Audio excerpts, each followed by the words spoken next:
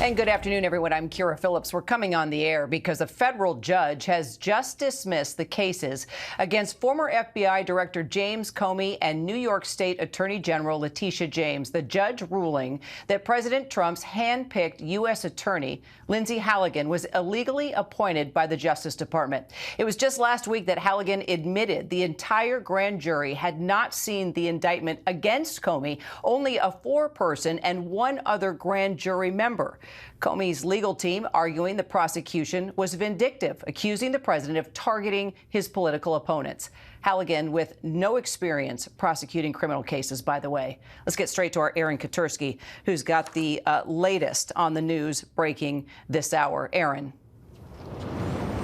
The judge in the Eastern District of Virginia, Kira, has dismissed the indictments both against former FBI Director James Comey and New York State Attorney General Letitia James because the appointment of Lindsay Halligan, he ruled, was defective, and therefore signing the indictments was a violation, an unlawful exercise of executive power.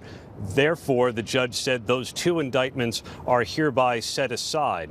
This is a victory for both Comey and for James, who argued that their cases were defective, in part because they did not like the way that President Trump handpicked Lindsay Halligan and installed her after firing a prosecutor that he also appointed, but who refused to charge James Comey and Letitia James for lack of evidence, we're told. So now the indictments against both of President Trump's political enemies have been dismissed, although the judge dismissed them without prejudice. And that means, Kira, that federal prosecutors can, if they so choose, try again to secure the indictments, perhaps once a permanent U.S. attorney is picked for the Eastern District of Virginia. Kira.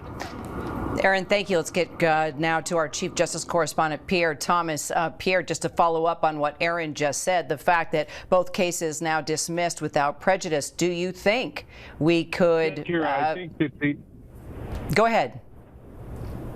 Go ahead.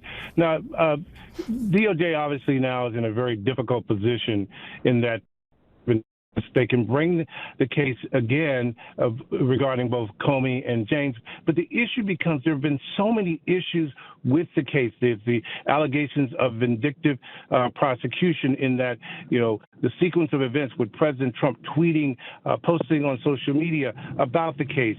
The notion that, as Aaron pointed out, that the previous Trump-appointed U.S. attorney had basically decided not to move forward with both the prosecutions, these indictments. And now the question that the process itself was unlawful. And so now there is a huge question at DOJ in terms of whether these cases should proceed or not. And that's going to be a thing Attorney General Pam Bondi, the Deputy Attorney General, are going to have to resolve. All right, Pierre, thank you. A little bit of a tough connection there, but I think we got the majority of what you had to say. Let's get over to the White House now. Our Karen Travers. Are we hearing anything more from the White House, from the president at this moment as the news breaks, Karen? Not yet, Kira, but remember, back when the president had nominated Lindsay Halligan to this position, he called her a tough, smart, and loyal attorney and noted that she had worked for him for a long time. And remember, Kira, the president had put an immense amount of pressure on the attorney general to bring about these prosecutions. He had posted in a social media post that was addressed to Pam, referring to Pam Bondi, that she needed to do this. He said at the time, "We cannot delay any longer. It's killing our reputation and credibility." And at the time, Kira, the president spoke to reporters and said that they had to act fast. And if some of these people were not guilty, that was fine. But if they were, they should be charged. After the FBI brought this indictment against Jim Comey, the president commended the work and thanked the FBI director Kash Patel for what he called brilliant work in bringing that indictment against Comey. Kira. Karen, thank you. Let's bring in our John Carl. John Carl, you just came out with your latest book titled Retribution. When we look at how the prosecution here in both cases saying this is President Trump being vindictive, simply targeting his political opponents, we've witnessed the missteps and the mess within these cases from the very beginning. What does this tell you about Trump's efforts to go after those who were critical of him? Well, it suggests suggests that he's going to run into opposition in the courts. So we'll see that this is dismissed without prejudice, so it's possible that this ruling gets overturned. But to me, it's striking, looking at the opinion here from the judge actually refers specifically to what Donald Trump himself posted on his social media platform, that infamous post where he addresses what looked like it was a direct message, perhaps inadvertently posted for the world to see, directed to his Attorney General. Pam, I've reviewed over 30 statements and posts saying essentially the same old story as last time. All talk, no action. Nothing is being done. What about Comey? Adam Shifty Shift, Letitia, and he goes on saying that he wants these people to be prosecuted. I, during the course of this, had been in touch with people in the Eastern District of Virginia where this case resides. Both these cases have resided. And, it was, as far as I could tell, open revolt among the career attorneys in that U.S. Attorney's office at the very idea that the president was pressuring the Attorney General to open a case that the opinion, unanimous opinion, as far as I could tell, of the attorneys in that office, that both these cases lacked merit.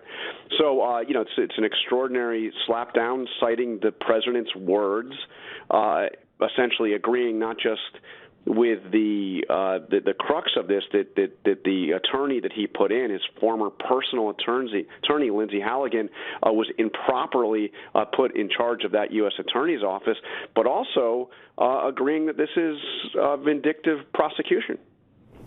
Yeah, now you wonder if this will cause the president to take a pause here or try these cases again, possibly even go after others that he has named as political targets in the past. Aaron Katersky, I understand you have a statement now from Letitia James. Just in from Letitia James after her indictment was dismissed, saying that she is heartened by what she calls today's victory and grateful for the prayers and support I have received from around the country. The Attorney General here in New York goes on to say, I remain fearless in the face of these baseless charges as I continue fighting for New Yorkers every single day.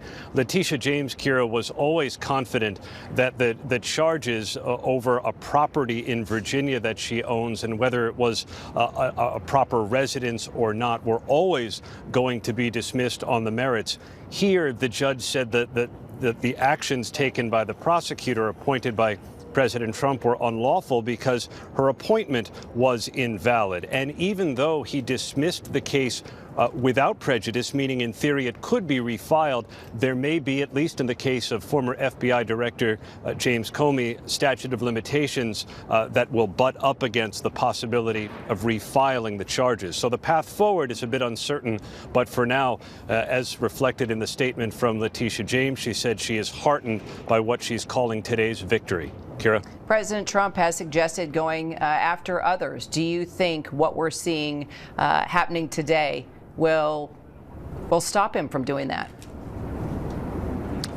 Well, there's certainly no telling. He has made clear that he is on a retribution campaign against his perceived political enemies. That could include Senator Adam Schiff. If that's all going to be concentrated in one prosecutorial district, the Eastern District of Virginia, there seemingly are problems that other cases could run into with the way Lindsey Halligan was appointed. We know that there may be separate investigations in other places. When it comes to Letitia James, the Northern District of New York in Albany is also believed to be investigating Letitia James. The prosecutor there may also have problems with the way he was appointed, Kira, at least according to James and her attorneys. So this campaign of retribution may not be as easy to come by as President Trump had hoped. Aaron Katersky, thank you. Karen Travers, Pierre Thomas, also our John Carl. Thank you all so much. Our coverage does continue on ABC News Live at abcnews.com. David Muir will be here with the entire team for World News Tonight. I'm Kira Phillips. Have a great rest of your day, and I'll see you over on Live. This has been a special report from ABC News.